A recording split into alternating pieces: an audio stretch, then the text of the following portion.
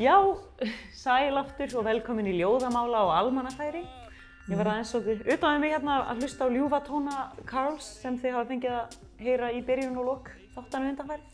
Mikið rétt. Það er kannski bara komið tíma á að kynna Karl almennilega. Ekki seinna vænna. Já, hann heitir hann Karl Warwick og hann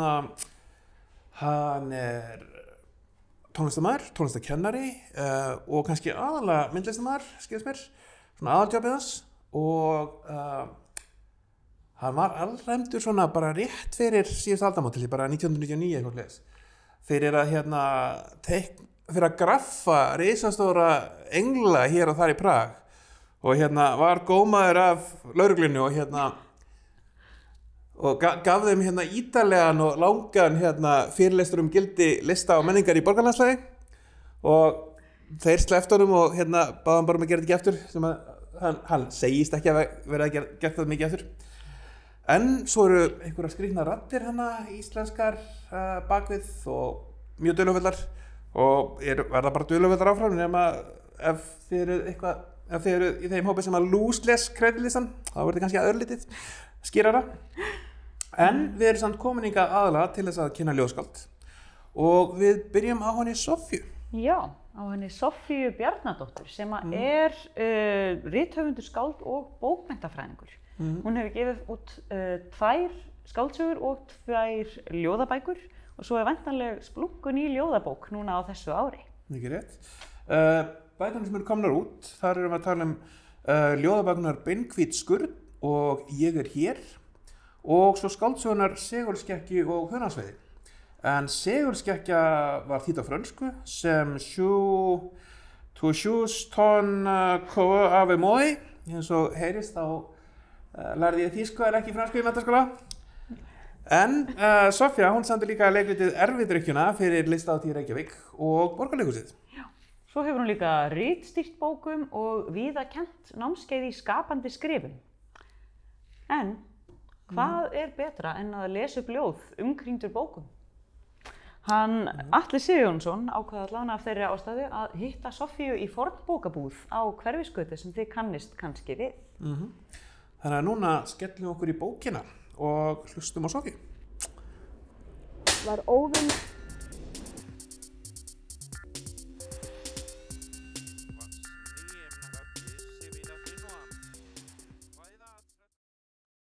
Yfir ána. Góðsagnir á lífi í rjóðurum Reykjavíkur. Ekki að það ætti að koma neinum á óvart. Stundum er háski hljóðlátur og nær ósýnilegur. En ef vel er að gáð má sjá merkimiða, fótspor, fingraför, kaffibletti, orð, svipbrigði, slef, skugga. Þegar ég vaknaði, fékk ég ofbirtu í augun. Ég var leidd blindandi í gegn, en ég vissi ekki hver leiddi mig. Fann höndina blíðlega, örugga, á leiðinni yfir vatnið og í gegnum fjallið óx mér horn á höfði. Ég strýk hornið sem leitar upp til himins. Það minnir mig á leiðina upp og hindina sem þráir vatn og lind í skógi. Jarðsamband. Hlý morgunbirta, nístandi innan í mér. Ég eða eitthvað annað, stjörnur á himni sem færast nær, innar. Er tilbúin að gefa allt. Demantar eiga sér felustað í kirkjugarði. Það stirnir á allt sem fær hvíld. Ég er hér. Ég erfði taugakerfi sem hangir í einni flókabendu borgina kaos. Rafmagnið fer af mörgum sinnum á dag. Hér eru engir ljósastaurar og hundarnir gelta. Það er snemma morguns og ég hlusta á krákurnar kallast á. Kýrnar jórtra á riku götum. Ég drekk mitt masala te og finn þunga lykt ná inn í blóðrásina. Sagt er að þeir sem unna vorinu þekki veturinn. Við erum í hjóli þjáningarinnar, en þetta eru ekki slæm tíðindi. Ég boðiður mikinn fögnuð. Við erum á lífi og reykelsis ángan leggst yfir líkt og þyrnigerðið sem hóf sig hátt. Mig þyrstir. Eftir veturinn í hellinum hættu við okkur loks út í sólskinið og urðum samstundis að steinum. Áfram flækjumst við daga og nætur, berskjaldaðir flökkusteinar í rifnu fóðri. Við tókum trúarstökk saman af sléttunni með vermút í hendi, suðum rifbein okkar í stórum potti með blóðríkum bláberjum, vatnið og vínið og ástin líka. Sjórinn var óvenju mjúkur þennan dag í september. Hann var 9 gráður, stilltur og þægilegur. Ég synt út á miðinn. Það fór unas hrollur mig alla. Að synda í köldum sjó frá ströndum Íslands er eins og að synda í ástinni. Þú færð straumum líkamann og hjarta þitt hitnar. Slær í takt við flóð og fjöru. Þú verður að halda þér á hreyfingu, annars stirnarðu og sekkur. Þegar ég var komin langt frá landi, stakk selur sér upp úr kafi við hlið mér. Góðsögulegra getur líf mitt varla orðið. Hann var forvitin og saklaus að sjá og synti með mér í kaldri mýktinni. Mér fannst ég komin heim. Að svona ætti þetta vera. Mér var ég ætlað að synda með selnum höfin, en hann hvarf í kaf og ég sá hann aldrei aftur. Synti í hringi að leita að honum. Hann myndi mig á ofvaxið fóstur frá öðru tímaskeiði með djúp og dökk mannsaugu. Ég velti lengi fyrir mér hvað hann táknaði. Af hverju kom hann til mín? Hann var kannski að minna mig á umskiptin, vara mig við eða vernda. Með svörtum steinum sagði hann, ég er hér. Sama dag missti ég fótana. Það skolaðist allt til í höndum mínum og höfði. Marinn lá ég fótalaus á steinstiftri götunni með hreyfa á þurru landi. Hugsaði töfralækni sem greiðir flækjur úr hári sem nær niður á hafsbotn. Taugakerfi sem hangir í flókabendum blauta borg, svart blauta fjöru. Átakasvæði, vígvöll, samúræja, sálmasöngva, dulafullan heim, tára, veröld sem flýtur. Rafmagnið fer af mörgum sinnum á dag. Hér eru engir ljósastaurar.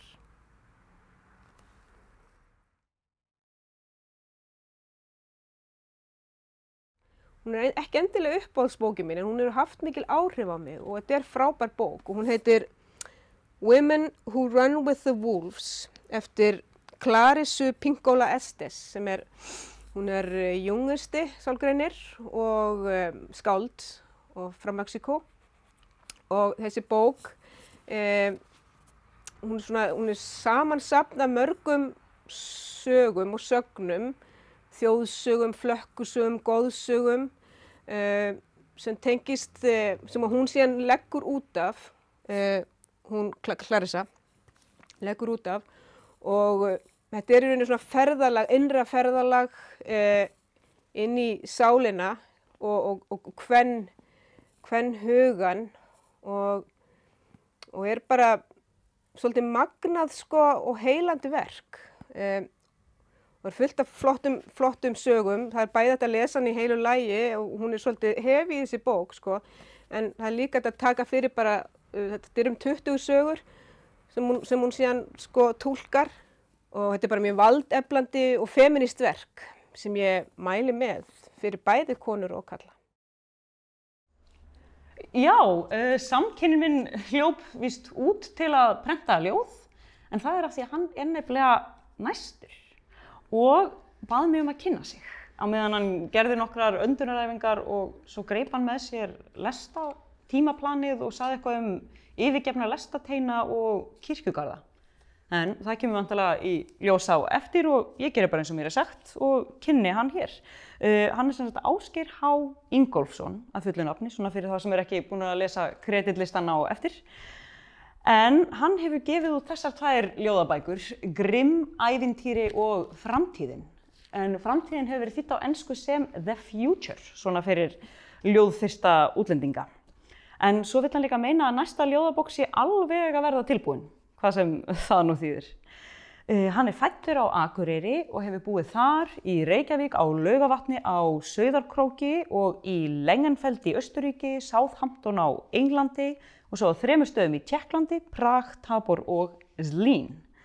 Og með öll þessi heimilisföng þá þarf maður nú að vinna við ýmislegt því hann hefur unnið sem bóksali, enskukennari, prikastrákur, glasabarn í Ölpunum og næturvörður í Mývatnssveit. En það var einmitt á leiðinni heim af þessum næturvöktum í Mývatnssveit sem að mörg þessara ljóða urðu víst til.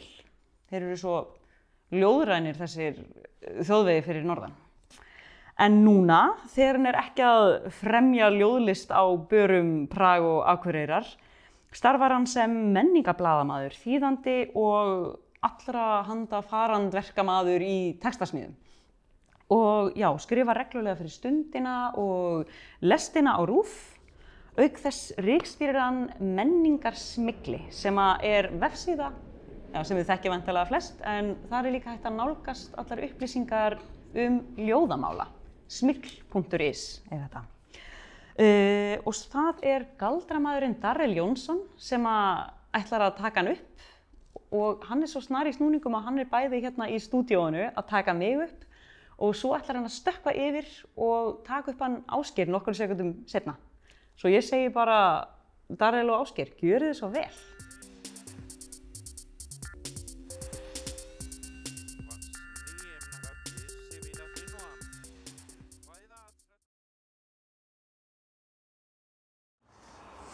Draugavellir. Körfuboltavöllur bernskunnar þakinn snjó. Ég í sóttkví í bernskunni sem ég reyndi að yfirgefa. Og tókst. Þangað til núna. Körfuboltavöllur bernskunnar þakinn snjó og ég ekki með penna á mér. En ég með myndavél í símanum sem skrásetja þessa einstöku tilfinningu í gegnum 12,3 milljónir pixla. Og ég vona hún geyma hana, þangað til ég finn blek og penna eða fartölu og rafmagn. Körfuboltavöllur bernskunnar þakinn snjó og skyndilega virkar síminn minn ekki lengur. Hann slekkur á sér. Hann vill bara taka myndir af nútíðinni. Hann vill bara taka myndir af raunveruleikanum. Hann getur ekki tekið myndir af bernsku sem löngu liðin. Hann getur ekki tekið myndir af heimi án fólks. Hann getur ekki tekið myndir af minningum mínum. Bara þessum snjó. En núna hefur hann yfirgefið okkur.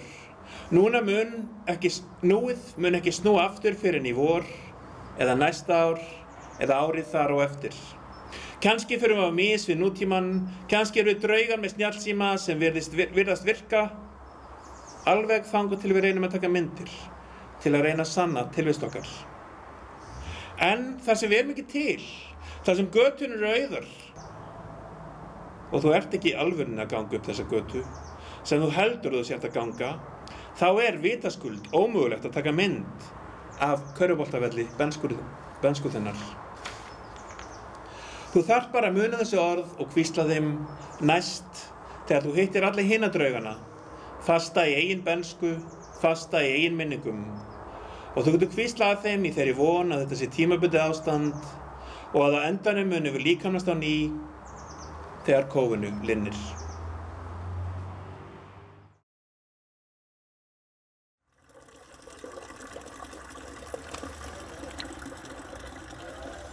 Þegar skúringakonurnar taka völdin.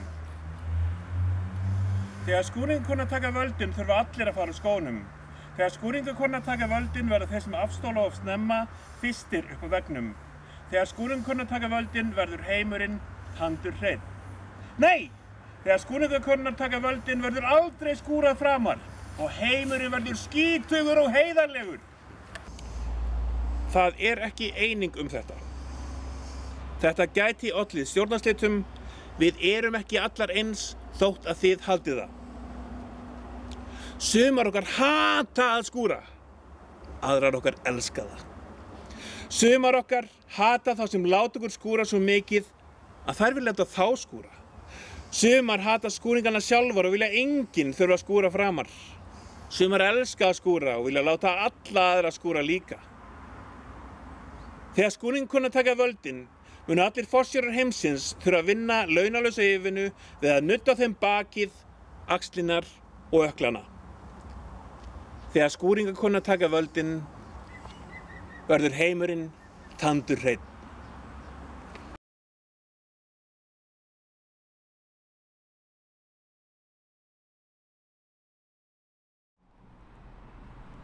Þeir skjóta þig alltaf í bakið. Þeir skjóta þig í bakið ef þú mætir ekki í vinnuna. Þeir skjóta þig í bakið ef þú ert of duglegur.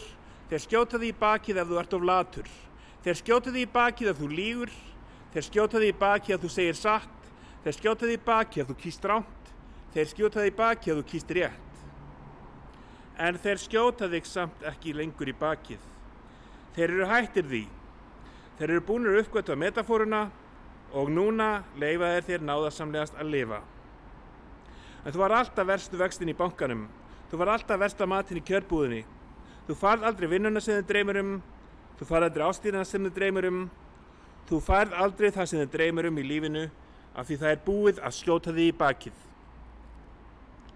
Þú liggur þarna í vegkantinum og blóðið rennur úr bakinu og þú einfaldlega veist ekki af því vegna þess að þú heldur að þeir séu hættir að skjóta fólk í bakið. Og þess vegna heldur þú bara áfram að lifa eins og zombie sem öllum er samum og engu máli skiptir því allir vita að þú liggur bara í vegkantinum og rotnar. Þú ert draugurinn sem veit ekki hann er draugur, draugurinn sem heldur hans í lifandi, draugurinn sem var skotin í bakið og tók ekki eftir því. En við erum mörg hérna í vegkantinum. Við getum búið til okkar draugaborg og dansað á nóttinni. Fólk bregst einkennilega við okkur. Það veit ekki alveg hvað það á að gera við okkur. Þess vegna höfum við ekki neitt lánstraust. Þess vegna er okkur ekki hleypt inn á fínustu veitingastæðina. Þess vegna fáum við ekki bestu vinnunnar. En við erum orðin svo mörg að við getum dansað saman á nóttina meðan hinir lifandi sofa. Við erum orðin svo mörg að okkar partí er orðin betri en ykkar. Við erum orðin svo mörg að okkar vopnabúr er orðin stærri en ykkar. Við erum orðin svo mörg að von bráðar munu þið ekki eiga neitt séns. Og vofurnæturnar munu éta utan okkur holdið og henda út í vegkantinn.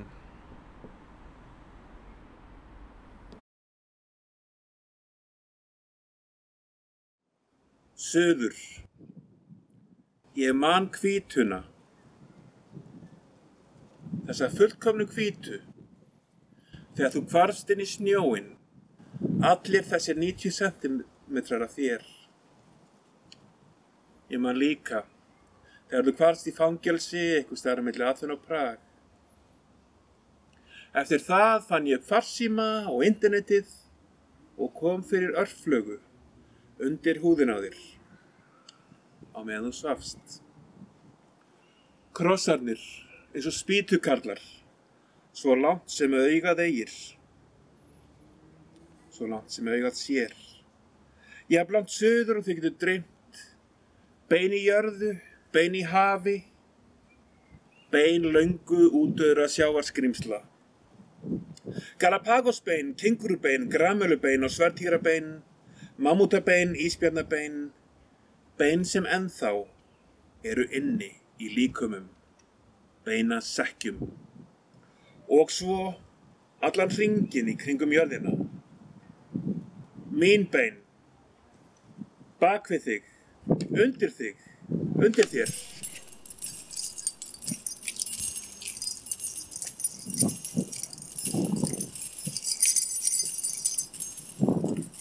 og ég segi þér allt sem ég náði aldrei að segja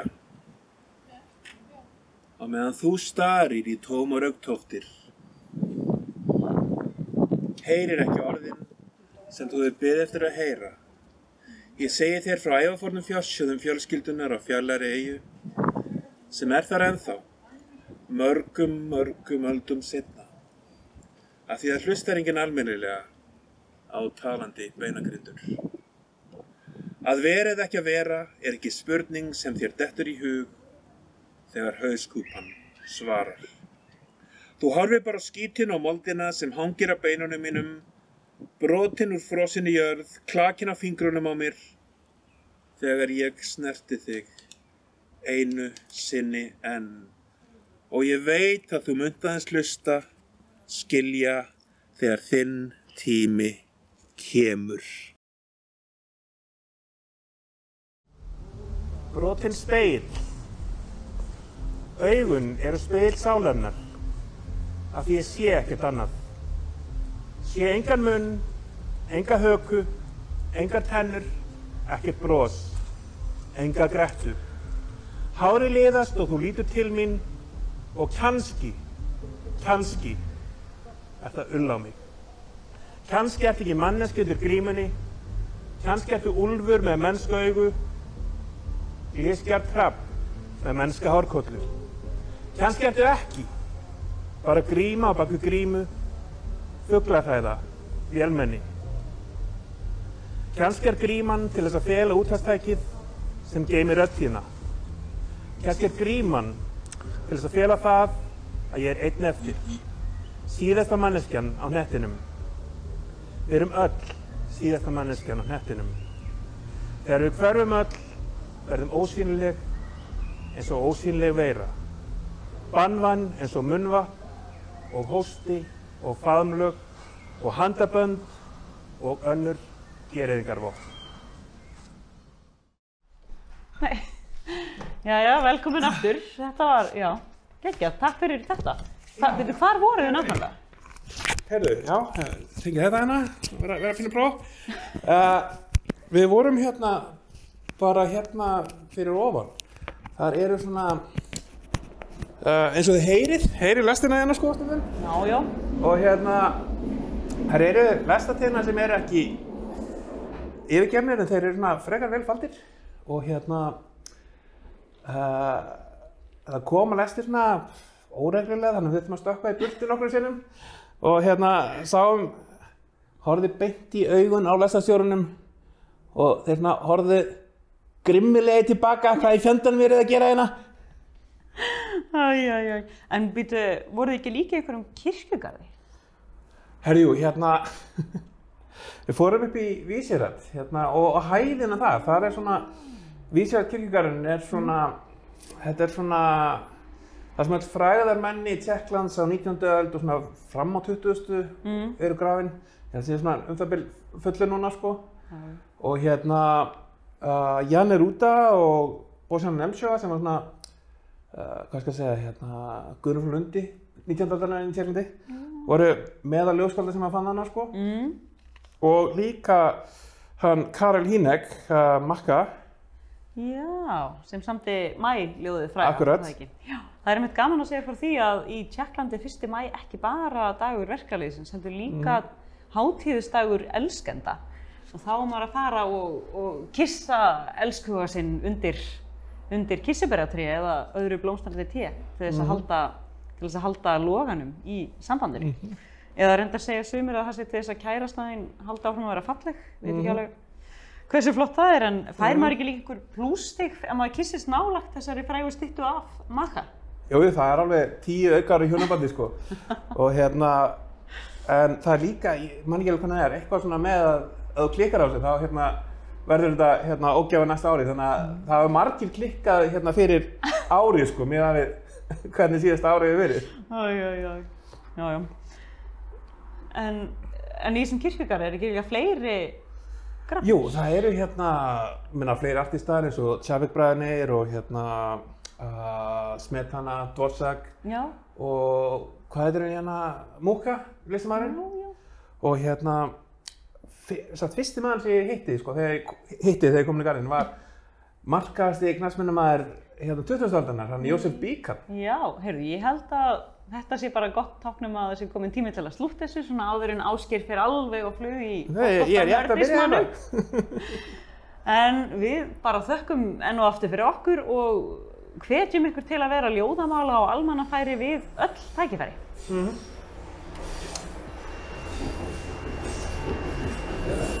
Cut! Snemnar af gissi vilja þinn og am Uppvæða aðsræð frá hussi vilja þau braut Snemnar af gissi vilja þinn og am Sól hér sortna stígur Voldimar Hverf af himni heiðar stjörnur Heysar eimi við aldurnar Leikur hár hiti við himinn sjálfan